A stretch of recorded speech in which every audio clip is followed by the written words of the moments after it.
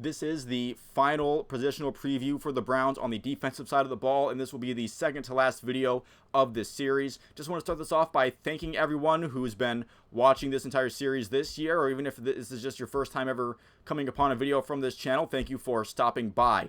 Getting into the meat of this video, the Browns needed to address some of the departures in the safety room, John Johnson and Ronnie Harrison specifically. Now, in this video series, I haven't mentioned the departures all that often because I do want this to be more of a focus on the Browns roster as it is. But when I do mention the departures, I want it to be so that it adds context to some of the more headlining guys that they bring in, maybe in free agency or in a trade. Like with the defensive ends, I mentioned Jadeveon Clowney leaving, making the Okoronkwo and Zadarius Smith moves make more sense. And I feel like with this position group, losing John Johnson and Ronnie Harrison does make, it means that they had work to do this offseason. And while John Johnson never really panned out, you still want a guy who you think can fulfill at least the idea of what John Johnson was supposed to be. And Ronnie Harrison leaving is someone you're going to have to replace with somebody with regardless. I also feel like they want some growth from within from some of their guys, but they aren't going to necessarily be counting on that, so that's why they did bring in some high talent guys, such as Juan Thornhill. They got him in free agency, last played for Kansas City. And I do think they got him to fill in that John Johnson role that obviously him leaving leaves open to be filled. He did sign a 3-year deal, and moving him would incur a lot of dead cap. It would cost more. It would be a much bigger cap hit for them to move him than to keep him around. So he's locked in for the next 3 years, entering his 5th overall NFL season. He has been very vocal about his excitement to be in Cleveland. Obviously, if you sign in free agency, you want to go somewhere, but he's been very vocal about being excited for the next season. He's been openly recruiting some guys, like when McCole Hardman was still a free agent, he was trying to get him over, and while that obviously didn't happen, it is nice to have someone who is very willing to voice their pleasure with the organization and say, hey, if you feel like you have something to contribute, come to Cleveland. Which, while that is nice, what's going to be really important in terms of the relationship between Juan Thornhill and the Browns is going to be his play on the field. In his last season with the Chiefs, in the regular season, he played in 16 games, had 3 interceptions, 9 deflections, 71 total tackles, 4 for loss, and 1 sack.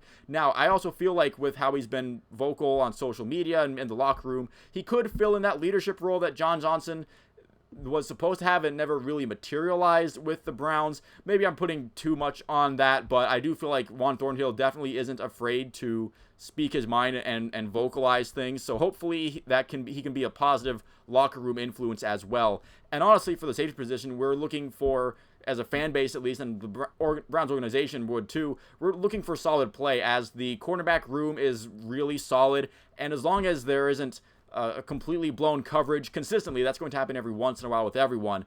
Anything above just consistent solid play is going to be icing on the cake, which I think Juan Thornhill can definitely provide for this team. So hopefully with Jim Schwartz coming in and putting in a new system, we see less wide open receivers down the field. Moving on now to Grant Delpit, who I do currently have penciled in as the starter. I say penciled because that could change if it gets off to a rough start again. But I do think he got better as last season went on. He's entering the final year of his rookie deal, as his entire rookie season was gone due to injury. Played in all 17 games last year, 4 interceptions, 10 deflections, 105 total tackles, and 4 tackles for loss. Like I just mentioned, it was a bit of a stumbling out of the gate for Grant Delpit last season. A lot of missed tackles early on, taking bad angles against running backs, missing some assignments on coverages that led to those wide open receivers down the field. And as mentioned, I do think those things would shore up as he got better, got used to being a more consistent presence on the field. So we've seen some good and some bad from Grant Delpit, and the organization can't really afford to put all of their starting trust in a guy if they don't know which version they're going to get as of right now. So that does make the acquisition of Rodney McLeod make even more sense than just getting a solid depth guy.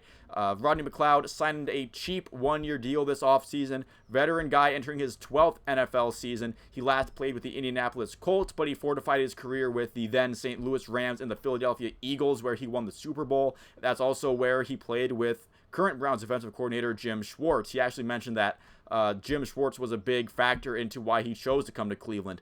Last year, he did play in all 17 games, had 2 interceptions, including a pick 6, with 8 pass deflections, 96 total tackles, which is a career high for him, 8 tackles for loss, and a fumble recovery just for fun. really, I think it's a really solid piece to have as a backup option. And again, if Grant Delpit stumbles early out of the gate like he did last season, I honestly feel a bit comfortable with him starting on the opposite side with Juan Thornhill. And if, obviously they're not just going to have two safeties out the entire year. I feel fine with Juan Thornhill and Grant Delpit, and if they're in a personnel that requires three safeties, I am more than comfortable with Rodney McLeod being that third guy in that safety rotation. He also played the most special team snaps he had with the Colts since his rookie season in Indianapolis with current special teams coordinator for the Browns, Bubba Bolden. So that could be a relationship that goes forward. Look, a guy like Rodney McLeod at his point in his career, he's not going to be signing like a deal he just signed in a situation where he doesn't feel comfortable, where he doesn't know who's going to be working with as far as coaching. So he's clearly comfortable with the coaches that the Browns have brought in. He has experience with both Jim Schwartz and Bubba Bolden now. So I think this is just going to be a good situation all around. Hopefully I'm proven right and that this works out.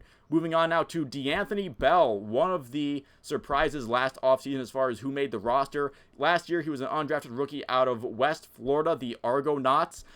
Last year, I did go back to my last year's safety preview. Didn't really have much to say about him. I did mention that he could make the roster, but I did say it was pretty unlikely. So good for him for making me look silly, which isn't all that hard. But what is hard is making an NFL roster as an undrafted rookie out of a non-FBS college. That is pretty difficult. So even though he mostly played on special teams, only got 7% of the defensive snaps that he was available for, he did get in 16 games and had 14 total tackles. So I think the fact that he was able to make a roster spot and hold on to it was pretty impressive, especially considering his draft positioning or lack thereof. However, I do feel like his spot could be up for grabs. He might have to earn it again because the Browns did make some more offseason additions, including Bubba Bolden. This is his second overall NFL season, went undrafted out of Miami last year. He was initially signed by the Seahawks, but he was eventually waived and was claimed by the Browns, put on the practice squad, and he signed a reserve futures contract. Maybe he'll have better luck in Browns camp than in the Seahawks camp, who knows? And then you also have Ronnie Hickman and Tanner McCalister, both undrafted rookies this year out of Ohio State, so love that. They're joining DeJuan Jones and Luke Whippler as Buckeyes that the Browns have added this offseason in training camp.